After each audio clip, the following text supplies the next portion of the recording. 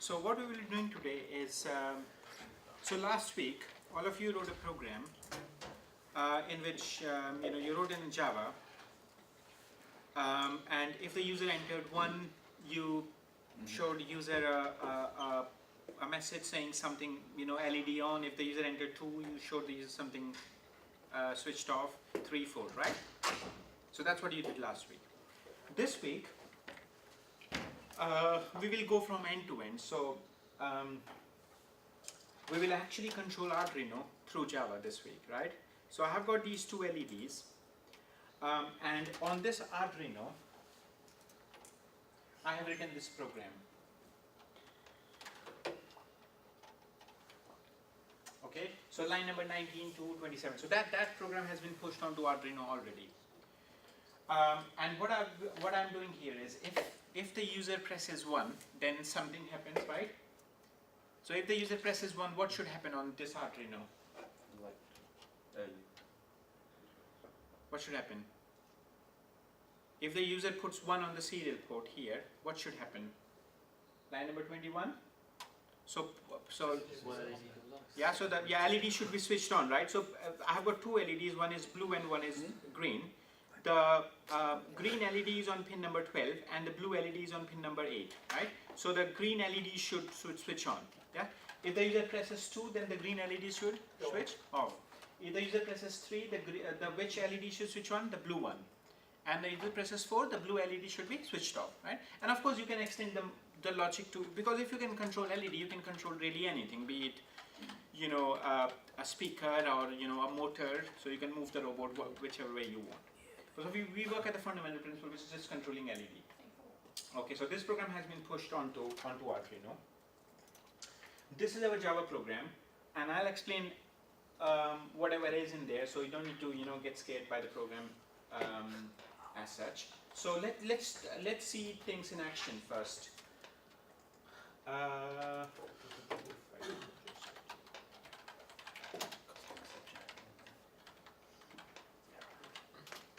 So I'm just trying to find out which port this Arduino has been connected to.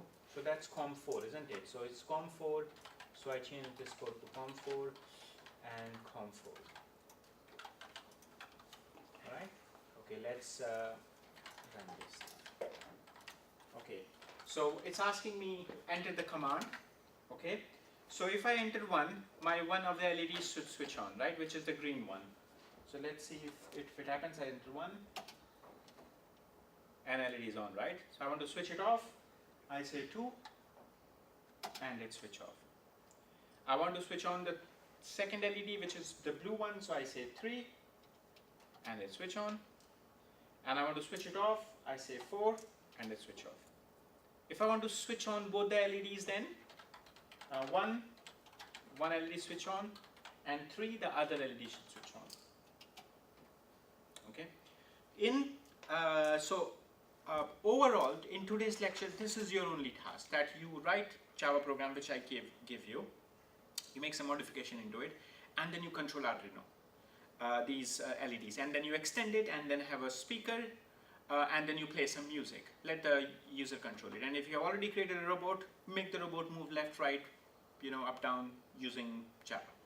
All right? So effectively, what we are doing today is called as serial communication. Yeah.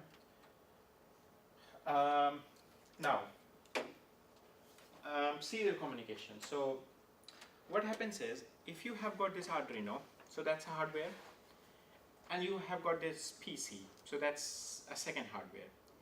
If you want to talk between 2 hardwares, that's called communication. So data has to pass either from here to here or from here to here. Okay.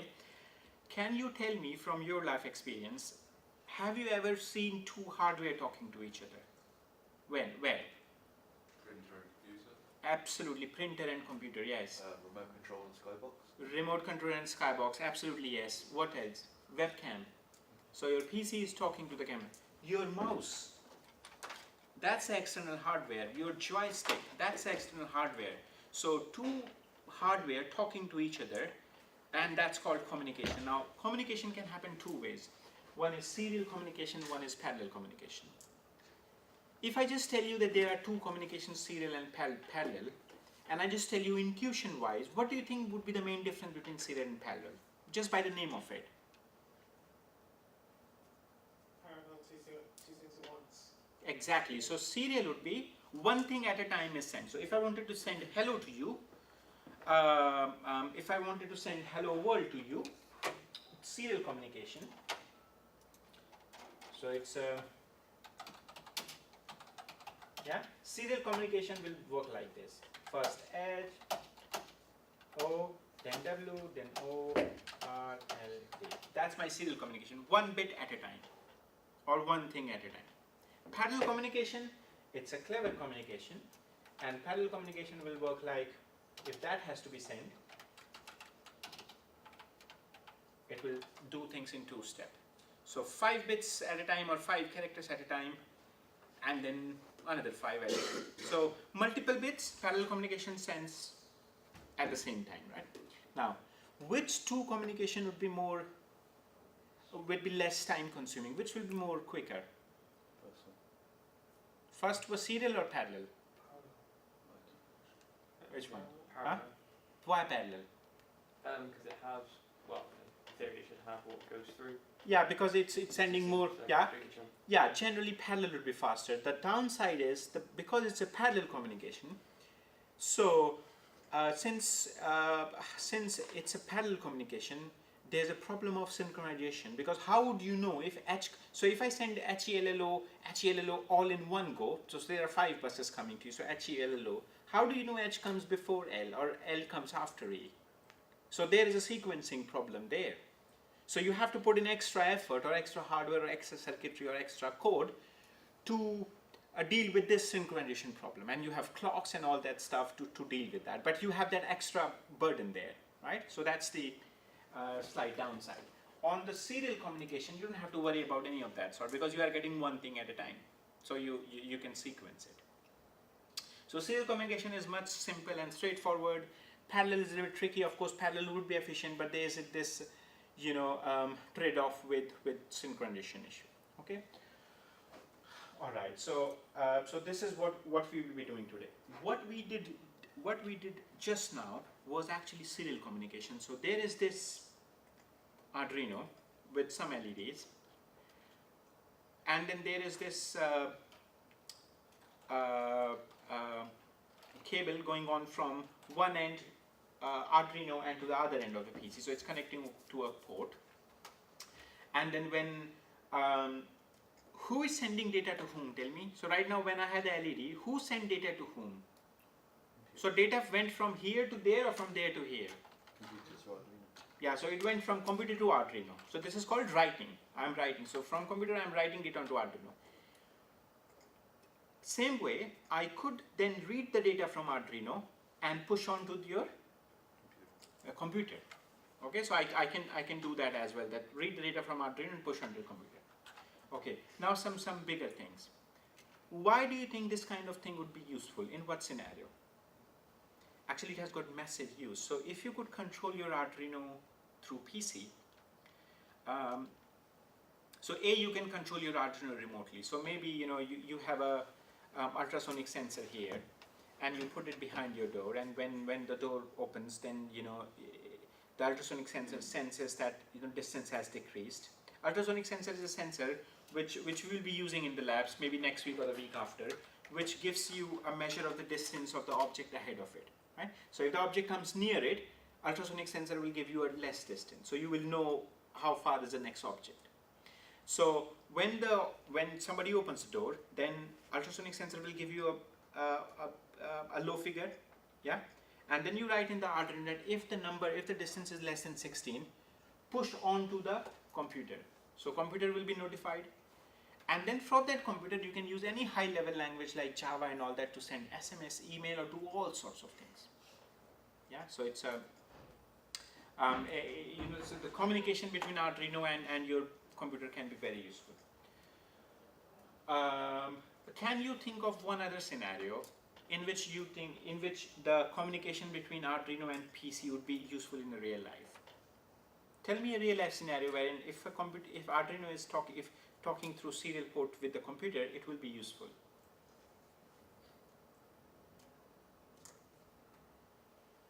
Think of something? No? You know, we have a project going on with a company wherein I think that project is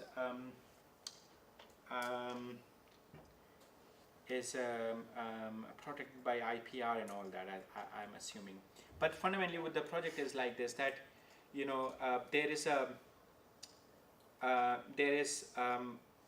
in the center, in the town center, there is a fountain, a snow fountain kind of thing, you know, which throws snow out, right?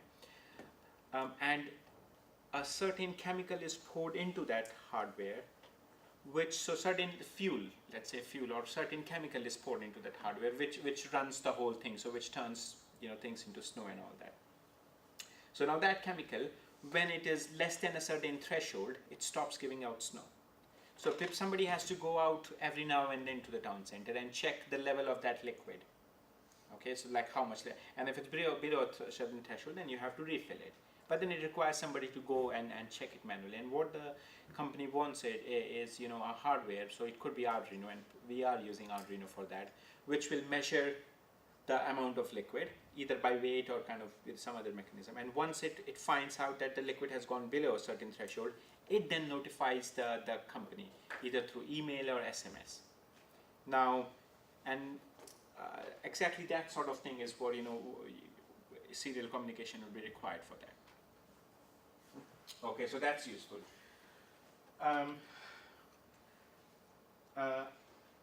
All right, now in order to do the serial communication, you have to do 4 steps. Step 1, 2, 3, 4. So the step 1 is, last week, which library did we use last week? Gloss.jar, yeah? In which we asked the user to enter something, isn't it? Gloss.jar. Let's quickly use that library now. So it's so that's through console. If I then go to my gloss.jar,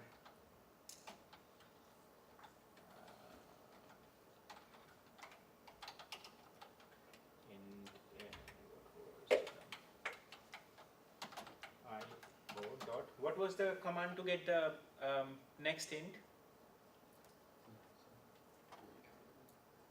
You know, last week we did that, isn't it? So week 15,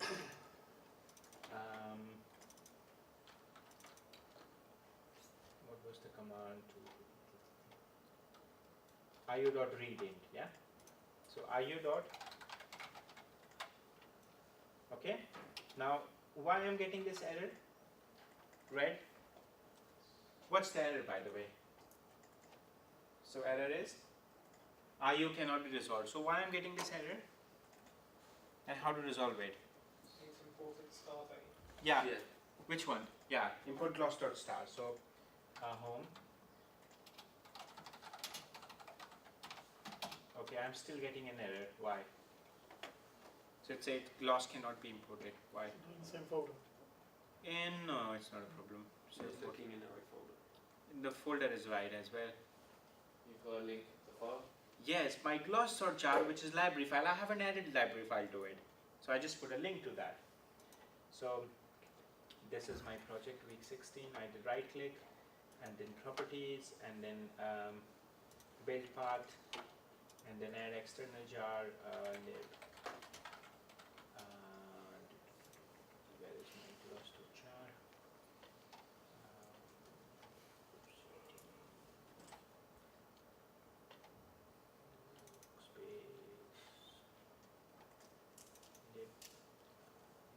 Yeah, there's my gloss.jar.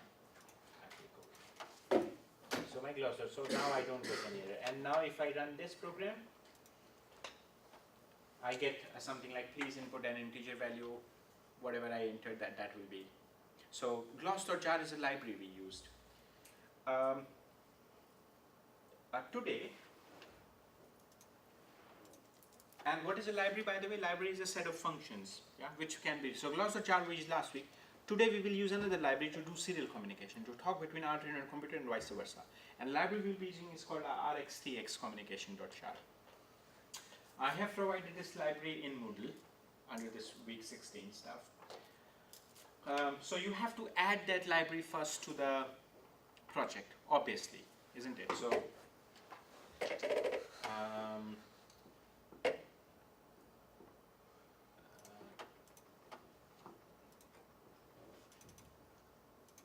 so this is my RxTX, which I have given to you on the Moodle, and this is my RxTX communication.jar. So this is the file which needs to be added to the project. The same way we added gloss.jar. All right. Okay. Now, having done that, let's come to the code. Okay. So I'll just make it small. So this is the code to send the to read from the port, read and write to the Arduino. Let me just quickly.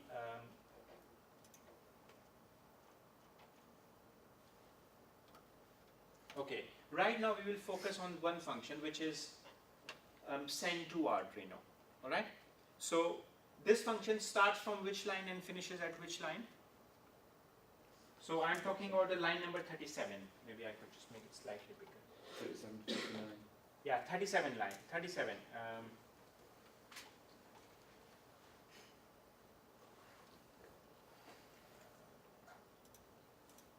Yes. So line number 37 to 59. So that's my function. So this function, what does it take? How many parameters it takes? 1. And whatever parameters it takes, 1 parameter, so you could pass it 9, 10, 11, 12, whatever value, it writes that value onto the Arduino. So this is what this function does, okay? So let's try to understand this function. Now, before I start, just to, make you more relaxed, don't worry if you can't understand all of this code, because there are things that have not been covered so far. So try to understand the bigger picture, and if there are things that you don't really understand, don't worry about it as of now. Okay. So now I'll focus on the main lines. What is line number 42 maybe doing? Just read the line and just tell me intuition-wise, what do you think it may be doing? 42. Identifying the COM port on PC. Yeah. Yeah, it's identifying a port and saving it to a variable. Yeah. So Port ID. it's a port ID. So PC can have many ports like COM5, COM4. Yeah. If you are in Windows, so it's just identifying a port. Right now, which port we are connected to? When I connect Arduino, 5. I think we are we connected to 5 here? No, you changed it to 4, didn't you? Yeah, it's actually 4. It's 4. So when you run this, it will give you an error. Okay. So it should be COM4. Okay. COM4 port. That's your line number 42. So it's opening a port. If you were running the same program in Linux, Linux has a different port system. Linux doesn't use COM4, COM5. In fact, Linux uses something like this. Does anybody of you use Linux or Ubuntu or Backtrack? You use them. What do you use? Which version? Ubuntu. I can't remember the actual version. My dad keeps changing it because. Okay, maybe CentOS or something. So I think that in Linux you have to put like /dev/tty/acm, 0 ACM, 1 ACM, 2 ACM, 3. That's how the port number works in your Linux. Yeah. In in Windows it's simple COM4. Okay, line number 42 done. Line number 43. Line number 42 and 43 are very related. So line number 42, a port is identified, and line number 43, a port is open, because to do any reading and writing from the port, you need to open the port first. Okay. So line number 43 is saying serial port.open, port id.open. So the name of the function is open. So we say port id.open, and we give it some parameters, which will which are just setting the scene. So line number 42, 43 are opening the port. Okay, line number 46.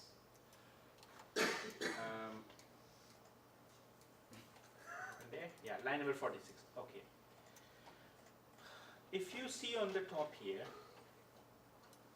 I have got two things. One is input stream and one is output stream. And again, you won't really understand what these things are, but don't worry about it.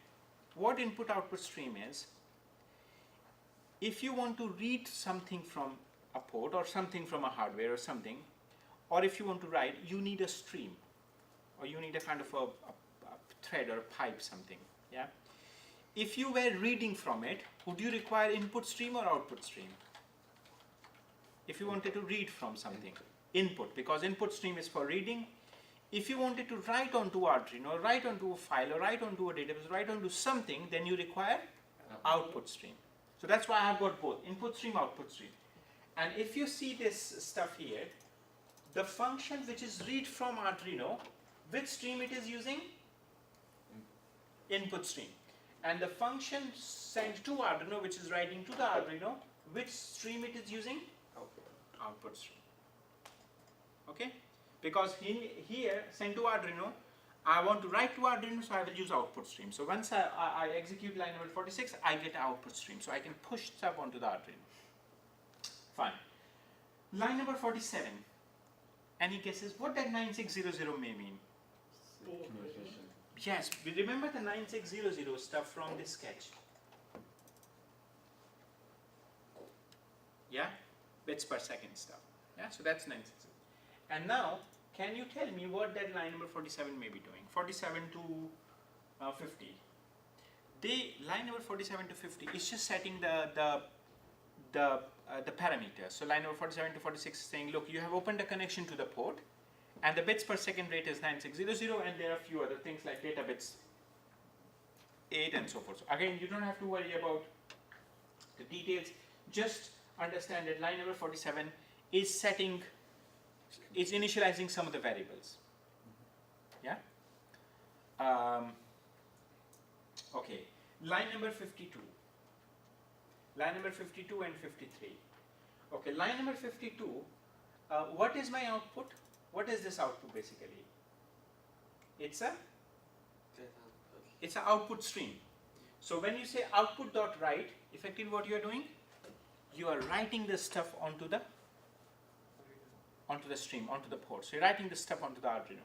And the inside stuff, command, so which is what the user wanted to write, which I got from the parameter. User wanted to write whatever the value of the command would. Let's say user wanted to write 2. So 2 plus a double quotes. The reason I have added double quotes is because 2 is a int. Okay? And I wanted a string. So if I append string with double quotes, that becomes int with double quote, that becomes a string. So that string, and then I say dot get bytes. Why do I say get bytes? Because when you are sending over a network, over port, then you generally try to send as bytes. Line number 52 done. Last line, well, second last line, output.flush. Any guesses what it may be doing? So we have already written on line number 52, we have already written our stuff onto the port, onto that channel. Why are we flushing? So flushing is an important concept in computing. So what happens is, suppose I want to send a letter from here to London. Yeah, and suppose, so I go to post office, I go 9 a.m. in the morning, I say, here's my letter. Would the post office send a letter to London straight away? No, it will wait. Then I go at 10, I say, here's another letter. Would it send straight away? No, it will wait. It will wait till probably maybe 11, 12, until it has got a certain number of letters. So it buffers basically. So if it has got 10 letters, when it has got 10 letters which are good enough, then it will send all the 10 letters in one go. Yeah, this is called as buffering. So same way, when you, and you may have realized it when you have the USB, when you try to write to USB, when you copy and paste, so you think it has already written the stuff on the USB, but if you take that out, sometimes stuff has not been written. Have you ever faced this situation? You think the USB stuff has been written, but actually it hasn't been. So what happens is generally, our operating system buffers the way it does things. It buffers things. So when you say when I execute the line number 52, I say output.write. You think it has written, but it hasn't. It has held it back. It's buffering it right now. And when it has sufficient amount of information to write, then it actually writes. Now we don't want it to buffer. We want, if I give you a letter at 10, I want you to send the letter straight away to London, immediately. So using line number 53, I can force you. I say output.flush. So I say whatever information output has got, push that out onto the port, onto the channel. Does that make sense? Otherwise, when you try to write 1, it won't. You think it has written 1, it may not have actually written 1 to the port, and there may be a lot of waiting time, lot or less, depends. Yeah. So that's our line number 53. 54, what that line may be doing. Why do we need to close the port? Because whatever you have open, you should gracefully close it as well, because otherwise port will be open forever, and you know that there's a risk there, and it's not an elegant practice as well. All right. So you close the port, which is line number 54. And which line did I open the port? If anybody could tell me. So this line is closing the port. Which line is opening the port in the first place? 44.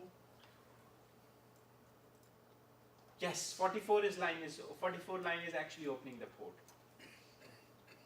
Okay? Port dot open, right? Okay, so these two lines, I identify the port and I open the port, and these lines I get the output stream and I set the parameters, and these two lines I write to the channel and I flush it, which means I force it to actually write. So is line number 42 to 54 clear? Okay, now line number 55 to 57. So what happens here is Exception handling. exception handling. Yes, exception handling. Let me show you the exception handling stuff. Okay, so if suppose I used COM port 5, for example. Yeah, this is what I have given you. Now I try to run it. I say integer enter value. I say I want to switch off the blue LED. So switching off the blue LED, which number should I enter? Yeah? 4? Yeah? X1. So I enter 4. So where is that 4? Yeah, so yeah, 4. Look what's going to happen now. What's that?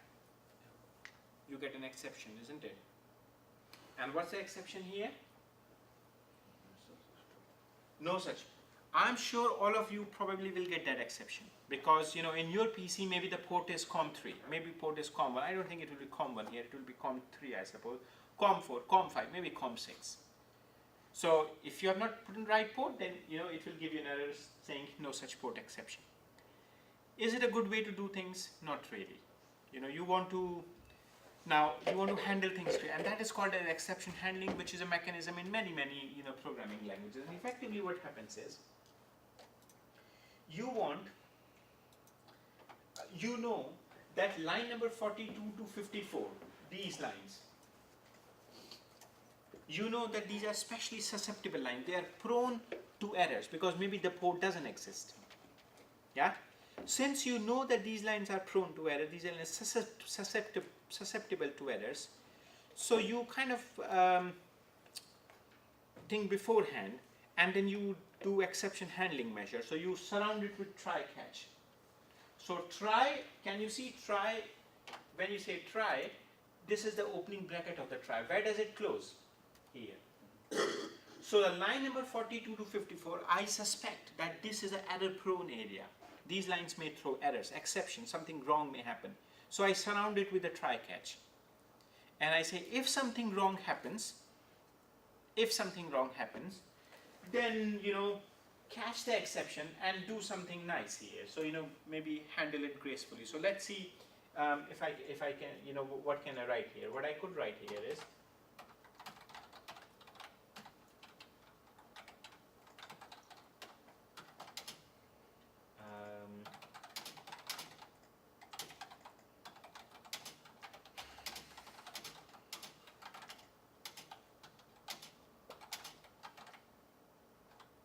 yeah, this is a better message?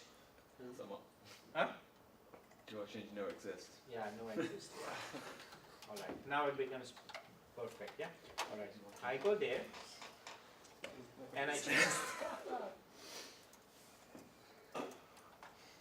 Okay, I change things here and then I run the program again.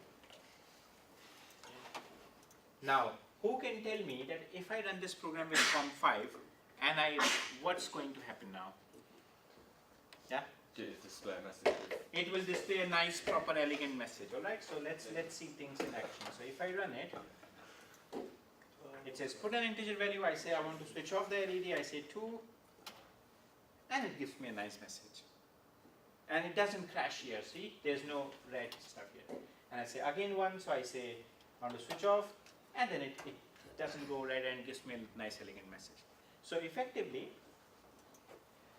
when you surround something with try-catch, and again the focus of today's session is not exception handling, but since we have to kind of understand a little bit to do the task, so I'm trying to explain it.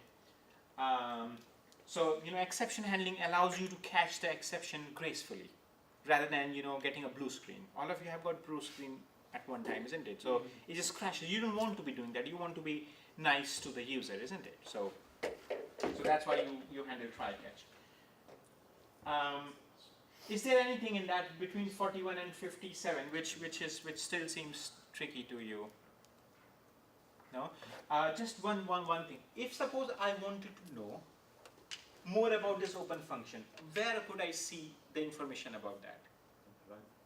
Library, where? But exactly where? So the way you do that is, port ID is the object on which open function is being called, and what class the port ID belongs to? This class, isn't it? So that's the type of the port ID. So if I Google search it, and I may write Java before it, and then I say COM port identifier, and then it shows me this stuff, which is the API, and this is my function. All right. So what's the second parameter? Yeah, this would be a good thing. Yeah, tell me. So how many parameters this open function takes? And how many parameters have we passed it? 2? Okay. What's the first parameter doing?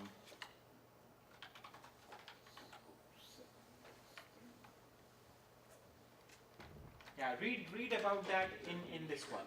In these are the details of the parameter. So tell me what the first parameter and what the second parameter are doing. You can't see the second parameter, so okay. So now can you see the second parameter? Yeah, what it's doing. And again, this is very key skill, that you should be able to read the API, understand how to use the function. Yeah. So what the first parameter is just a name of the app, which is you could put it any name. You could pay, your name or whatever. Yeah, CT4003, doesn't matter. What's the second parameter doing? What's timeout? Have you ever tried to do this, that if you're trying to open a website and it says, it tries for a certain time and says can't find timed out. So what does that really mean? It's taking too long. Yeah, it's taking too long. So when you say too long, there has to be a time period wherein if things are not, if there's a problem opening the port for that amount of time, it will give up. That is your timeout. So you set the timeout parameter. So if your timeout parameter is 10 milliseconds, is that a good? Or if your timeout parameter is 4,000 milliseconds, that's good. So which one is a better timeout period? So if suppose I set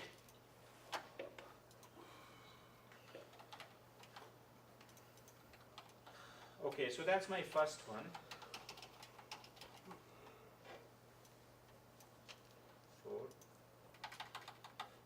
Out of these three, which is a which is a nice way of opening the port? First, second, all the three are valid, right? So what's the difference between first, second, third? It's tiny difference. Yeah, what's the difference between first, second, third? Sorry. Yeah. So I'm opening the port on line number 1, I'm opening the port on line number 2, and line number 4, and I'm opening the port on line number 5. Sorry, is it 5? No, 7. What's the main difference? It's the amount of time that the port's open, isn't it? Pardon? It's the amount of time that the port is open. No. No, Your it's port fine. will be open until you close it. It's not amount of time the port is open. It's not that. The amount of time. Huh? How much data it can. No. How much data it can know? You have to read this. It tells you what the timeout parameter is. Yeah. Go on. It's just pretty much the time until it times out. So if there's an error.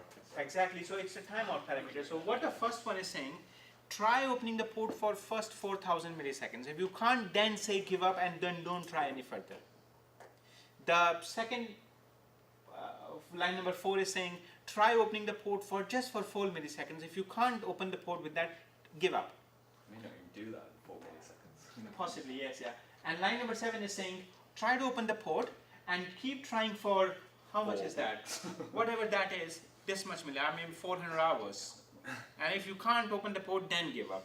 So which one would be better? First one. The first one, isn't it? Because you don't want to be too quick, yeah, 4 milliseconds, and then you don't want to be waiting forever. So if you can't open a port within a reasonable amount of time, then you have to notify the user. So you don't want to be keep trying for 400 hours, I suppose. Yeah? Okay. Okay, so that's this. These functions are clear. All right. Now come to read function. Okay, that is my read from Arduino. Now looking at it, what's the green line? Line number 12, 13. Comments. I can very well delete them. Yeah, that doesn't matter really. Line number 16. What it's doing? So line number 16 to 23 is exactly same as in the other function. Yeah? So read and write are very similar. So line number 16 to 24 is exactly same. So line number 16 is getting a port. Line number 19 is opening a port. And what's the time delay? 4000 milliseconds. Line number 20, what it's doing?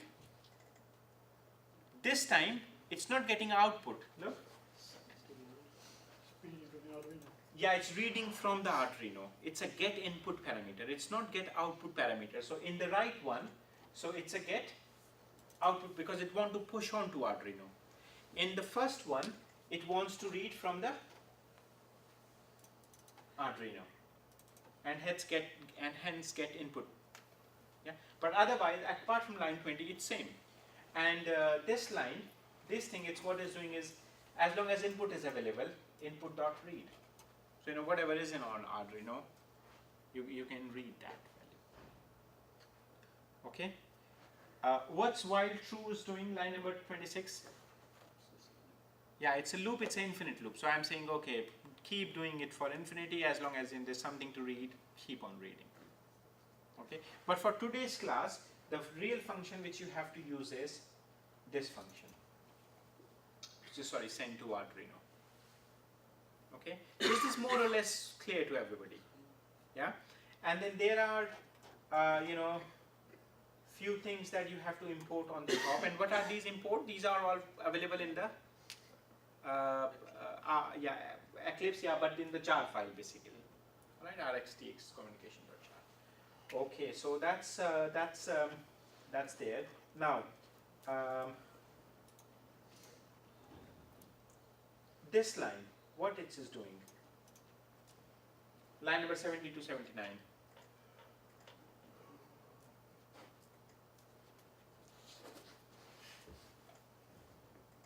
Isn't it reading the value?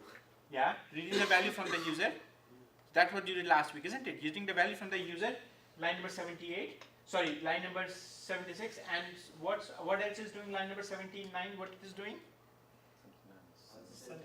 Yeah, so you are just calling that function send to Arduino, and whatever the user wants to send, you are simply sending it. Okay? And when you have sent it, on the Arduino, I have uploaded the sketch. This is the line in Arduino which is reading that stuff. So whatever you are sending one, here we are getting the function, getting the value. There's one strange thing in line number 15 which is -0. Why I am doing it?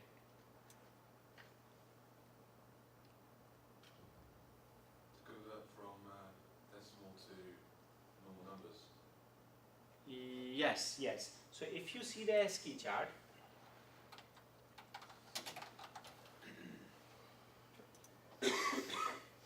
if you send 1, what is actually being sent? 49. So if 1 is not being, 49 is being sent, right? So how would you get 1? So what you can do is 0 means 48. So if you subtract 49 from 48, you get 1. Does it make sense? Yeah? So your 1 is being sent as a character really, and not as a number as such. Yeah, so you say, okay, tell me what the 0 character means. 0 character means 48, and I subtract 49 by 48, I get the 1. And again, if you don't really understand it, don't have to worry about too much, but it's just about if you send 1, 1 is not being, 49 is being sent. So you want to get back 1. So that's how you're subtracting it with 0. Okay. This line is there. This line is nothing. I'm just saying read it. And line number 15, line number this one is clear to everybody anyway, isn't it? Yeah? Okay. So and I have shown you this in action. Okay, 2-3 other things. All right. Okay, so how would you do it? Yeah, how would you do it? Let's do it actually. So let's create a new project here. Let's create a new project. So how do you create a new project? New Java, other, and I want to create a Java project, right? So I go to Java project. Tell me some name here. Let's say, AA2. Okay, a dummy name, yeah. Can you guess why I gave it the name AA2? Because I want it to come on the top, right? Because you can see I have created loads of project in Eclipse, isn't it? So I just want to focus my project to be seen on the top, all right? So AA2. Can I do this thing? Can I say?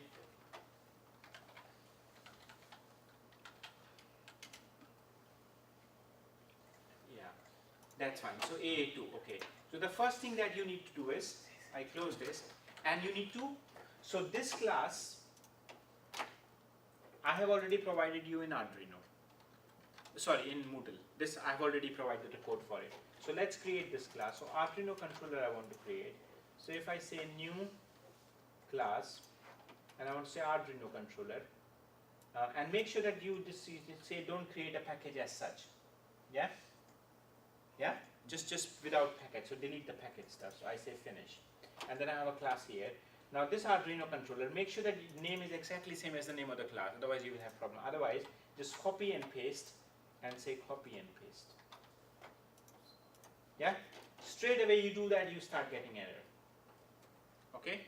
Once you get the error, then you have to read my first slide, which is you have to add rxtx communication.jar. And where would you get it from? From Moodle. So on the Moodle, I have given you this file. Yeah? rxtx, I have given you this one, rxtx library, rxtx.zip. When you unzip it, you will get this folder, and you will get a rxtx communication jar file and a native DLL, which is a DLL file, right? So first you add this. So who can tell me how can I add this? A2. How can I add this? Right click, then properties, yes. Java build path. Java build path, yes. Add external jar. Add external jar, and then I browse to that folder, isn't it? So where is that folder? Okay, this is that folder, right? So this is my jar file. Okay, I click on OK, and I click on OK. I click on OK.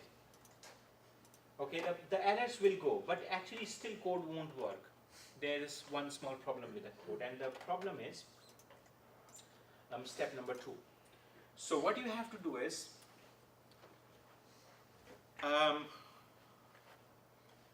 when you are communicating with any hardware, okay, so you are communicating with Arduino, so Arduino is a hardware, you need a DLL. If you are working in Windows, you need a DLL. What is a DLL?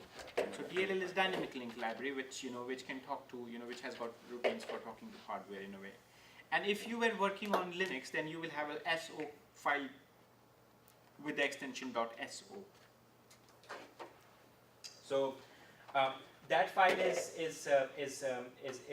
has been provided to you here in native DLL folder. And reading this stuff, how do you do that? So what you do is you click on right click, properties, and then Java build path, Java library. rxtx that's the jar which you just added, isn't it? Expand the jar, yeah, small triangle, and can you see this native library location? None. So you have to say edit, and then browse to that folder, which one? Native DLL folder, yeah, this folder, because this folder has got rxtx serial.dll file. Okay, so I just browse to this folder, I say OK, and I say OK, and I say OK.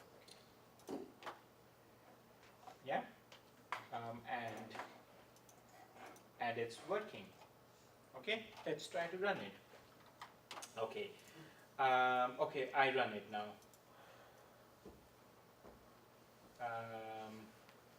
Yeah, so in the previous one I had used io.jar, isn't it? io.readint, right? In this class I have used this thing. Instead of io.jar I have used scanner class. So scanner is similar to io, except that when you scan it, it just doesn't give you a dialog box, but rather you have to enter into the command line. Does it make sense? So you just have to enter, so you say scanner system.in, and you say print. I say read.nextIn, so it will read the next in. So if you find it easier, you can delete all these 3 lines actually, and have these. And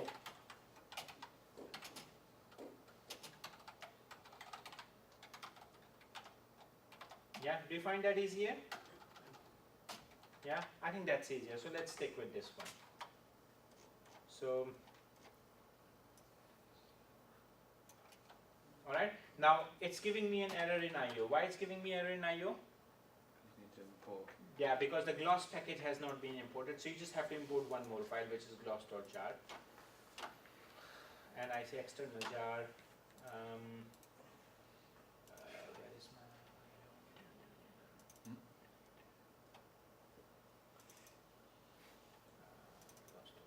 Alright. Okay, now it's all sorted, right? io.readint. Okay, I have to import it as well. So import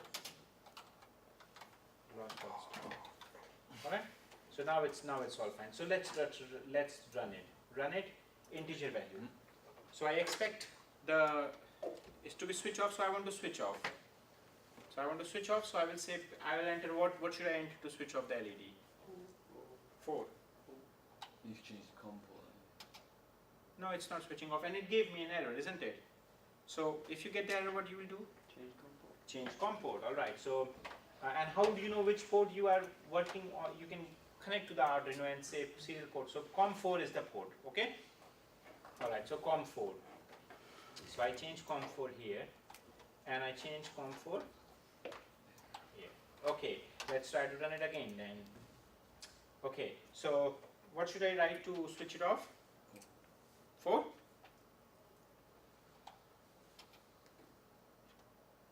Has it switched off? Okay, yeah, it has switched off. Sorry. You have not used this component so far, isn't it?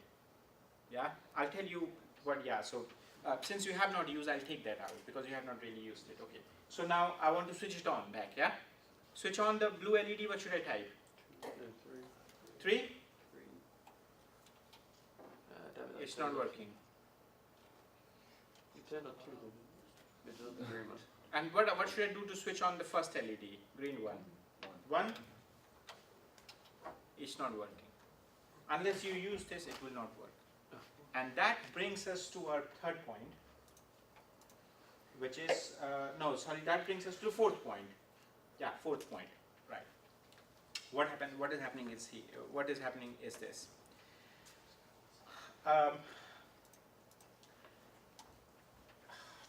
If my Arduino sketch. Okay. When I press this upload button, what happens? What happens when I press this upload button? Yeah, code is written onto Arduino. How the code is written onto the Arduino? Through serial port, because there is only one port. Yeah. So what happens? So Arduino doesn't know. So what happens is, by default, there is an auto reset here. So what happens is this: when you try to write anything on the serial port, by default, Arduino assumes that you are writing a new program.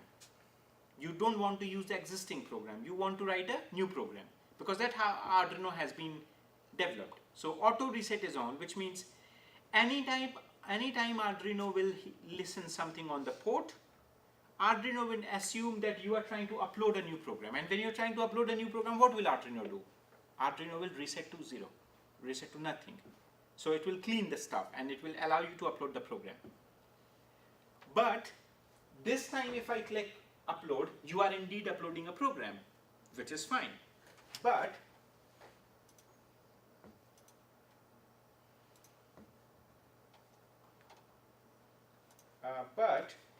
when you are writing the stuff, writing a command onto the port, are you uploading a new program? When you want to just write 1 to switch on a LED, is that a new program? No, that's not a new program. You are saying use existing program on Arduino, but input 1. And Arduino cannot work like that, because Arduino by default, a reset is on. So the moment anybody tries to write on the serial port, Arduino assumes that it's my Arduino IDE that is giving me a new program to write. So it replaces the old program. So what you have to do is, you have to switch off the auto reset. Yeah, you have to switch off the auto reset stuff. I have given you a detailed link here. So the problem is Arduino normally won't work if you try to write on the serial port, because Arduino auto reset is on, which means anybody who's writing up stuff on the port, Arduino is assuming I'm being uploaded with a new program and it's resetting. You don't want to do that. And it took me so much time to find out this error, and eventually I reached at this page, which gave me the real reason. I was lost. It took me 2-3 days, a week actually, to figure out why Arduino isn't working. And the solution was because auto reset was switched on. So all you have to do is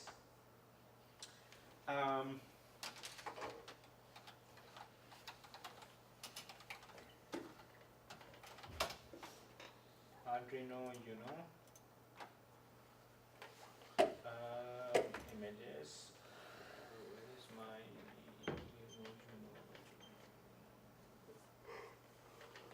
just trying to find Arduino diagram. Where is my, maybe this one, is it?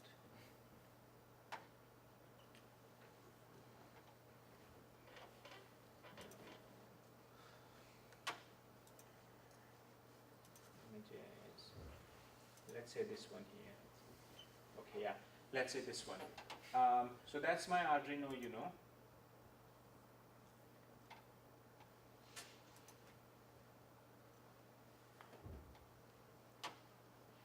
Yeah, so so what you have to do is, this is a small equipment which is called as a capacitor. Yeah, and it looks like I don't know if you all can see it, but it's a small black with a cylinder and with 2 legs. One is a big leg, long leg, and one is a small leg. Yeah, this is called as capacitor, small. So what you have to do is, on your Arduino board, on this side where you have got the analog pin, can you see this reset one? Yeah. And can you see this ground? So you have to take a capacitor and put one end of the capacitor onto the ground and one end on the reset. Does it matter which way it will go? Will it matter which leg goes where? One positive, one negative. Which should go where? Long or small should go where? Remember, always the small leg always goes to the ground. It's always negative throughout any electronic equipment. So small leg goes to the ground and the longer leg goes to the reset. Remember, reset is the third one from here. Yeah, so reset is third one from here. So longer leg goes to here and the smaller leg goes to ground. So you do that. Longer leg goes to the reset, which is third, and the smaller leg goes to the ground. All right, and then I come back to my Arduino.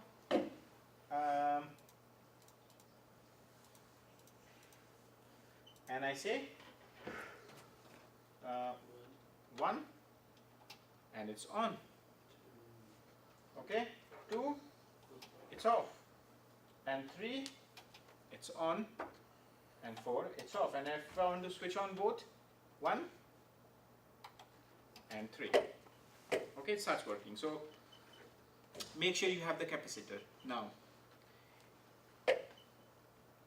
when you are uploading a new program, suppose this is my program here, yeah, on the Arduino, and I select the right port. Okay, which is the right port? COM4. And I try to upload a program.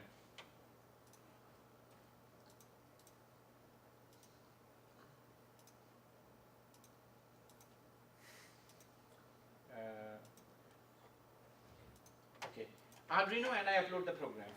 Will it upload? Let's see it in action. Actually, it won't upload. Why?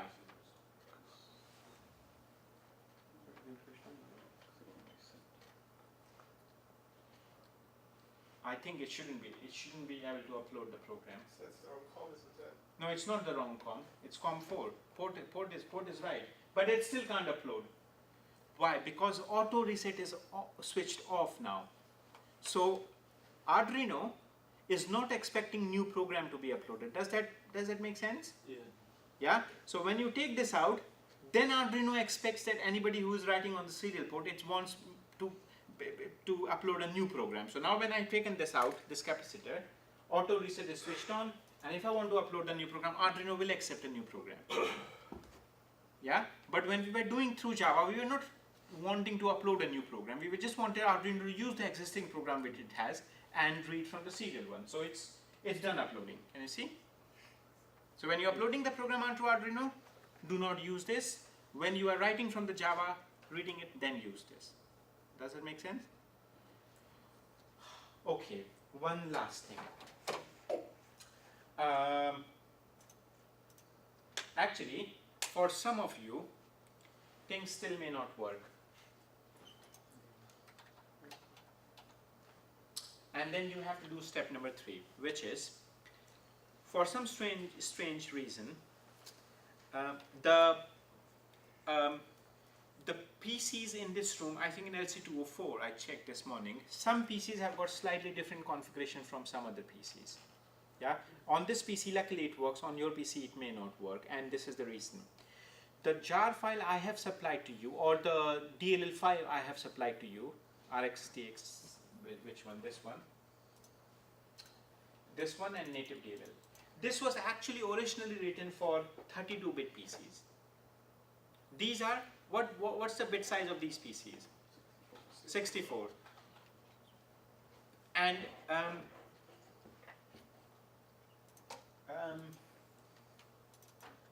is 64-bit PC compatible with 32-bit PC? Yeah. It is. Yeah, it is. So the way it is actually, have you seen this program files and program x86? What's the difference between these two? One is Huh? 64, one's 32. Yeah, one is 64 and one is 32-bit. Okay.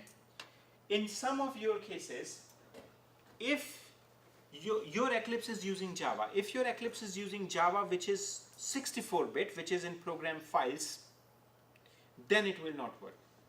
If your Eclipse is using Java which is in x86, then it will work. So I'll show you the stuff. So if you go to, I have written this stuff here. So you have to go to Windows Preference Java Install JRE, right? So if I go here, Windows Preference Java Install JRE. Which JRE is my Eclipse using? x861. That's why it will work fine. Okay? In some cases, it won't be x861, and the JRE that you will be seeing is this one.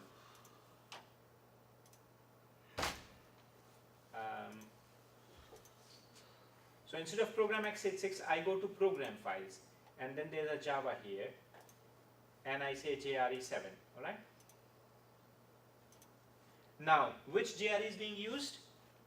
The one in program files, and this is 64-bit and not 32-bit. So if I use this JRE, if I click here, say OK, and if I run this program now,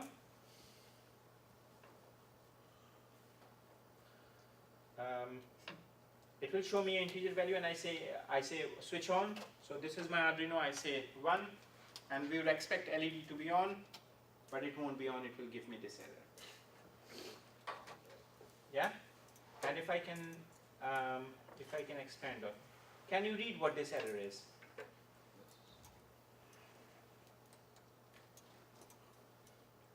Yeah, so it says can't use a 32-bit on a 64-bit. Okay, so what's the way to solve it? If you indeed get this error, some of you may not get it, so don't worry about it. If you get this kind of error, then you go to Windows Preference, Java Install JRE, and you will see here that it's program files and not program x86 files. So it's using a JRE, but it's using a 64-bit JRE. And I have written that in your notes. So, don't use program files, use program files x86. And if this is what your Eclipse is, this is wrong because this is 64-bit. What you have to do is browse to this one, yeah, which is JRE in program files x86. Is it clear to everybody? Okay, so I go there, I delete that first. I click on this and I remove it. And then I say add standard virtual machine, and then I go to directory. Which directory should I go to? C, and which one? That one. Program files x86, and within there I'll see Java. Where is Java? Java is here, and JRE 7. Alright, I'll just click OK, finish. Should I click, and what should I do now? Check it out, click the checkbox and OK, and then run it. Okay, it will say what LED you want. I say 1. What happened? It did not switch on. So 1. Yeah, I've got the reset. Capacitor. Oh yes, I haven't. So now when I'm writing one, this Arduino is thinking somebody was trying to upload a new program onto me, but I'm not trying to upload a new program. I'm just asking it to use the existing one. So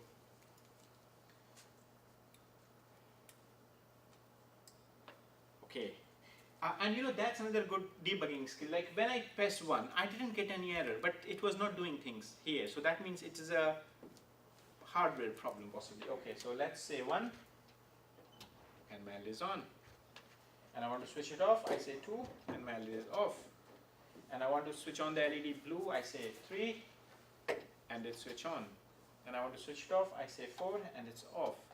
And if I want to switch on both, one LED on, and 3, another LED on. All right. Okay, so these 4 errors, I have explained that here, and capacitor looks like this. Just make sure that your capacitor has got a figure here, 100 micro F is its unit. All right.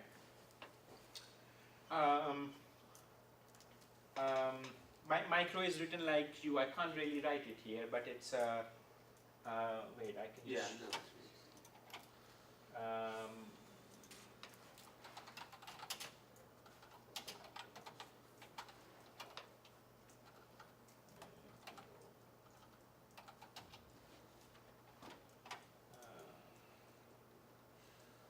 Arduino capacitor, where is maybe this one. Yeah, no, it's not very clear.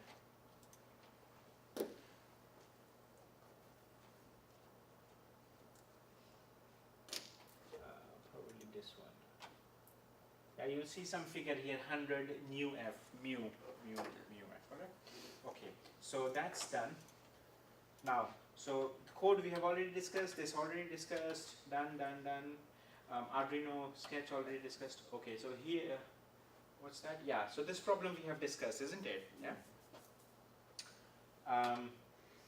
This is adding a library to the project exercise.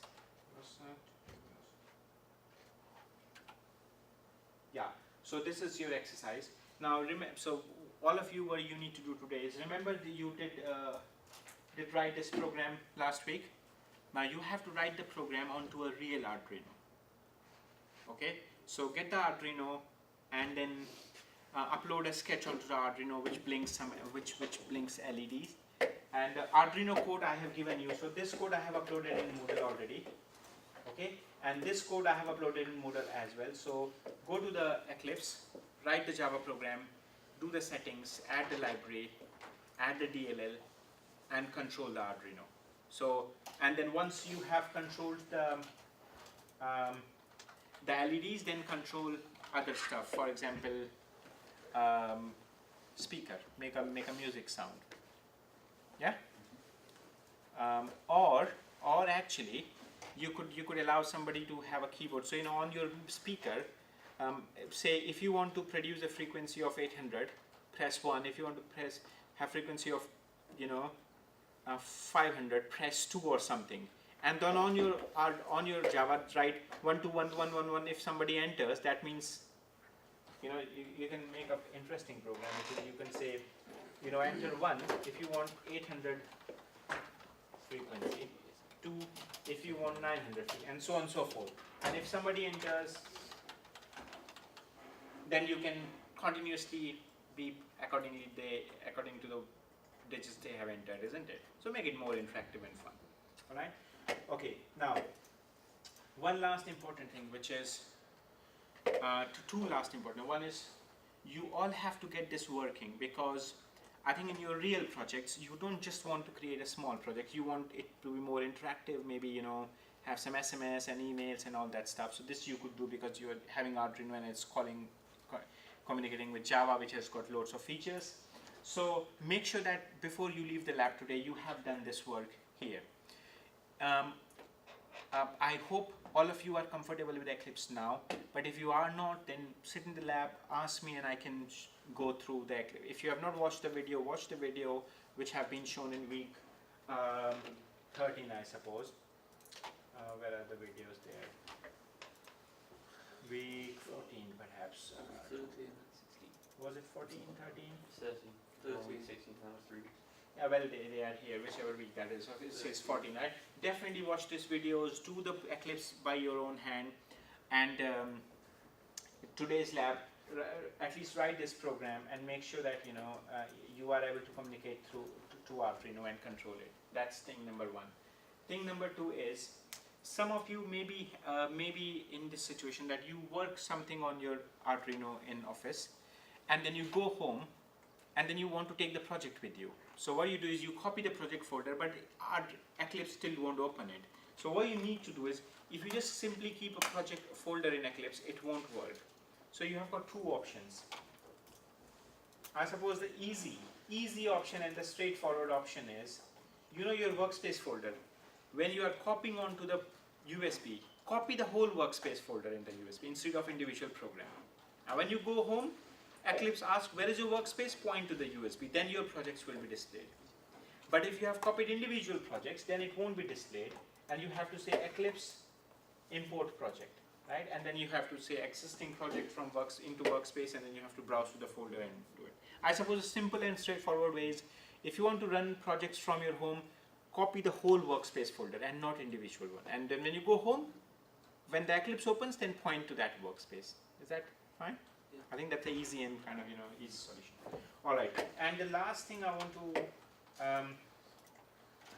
tell is, I will be. I thought of doing it last week. I couldn't, but I will be dividing you into groups. So if you have already sent me an email, that's fine. I'll put you in that group. Otherwise, I'll randomly allocate to you. Or you could come to me just now and tell me which group you want to work with, and I can. Yeah, you did that last week. Yeah. Did an email. Yeah.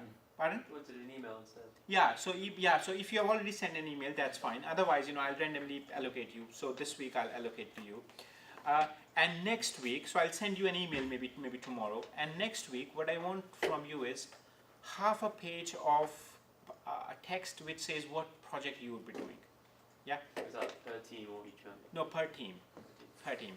And I also want a name of the team. So come up with some, you know, some interesting names. So one of the names in the morning is what they name. They call their team as Pibot. So they are using Raspberry Pi and Arduino to create a robot there.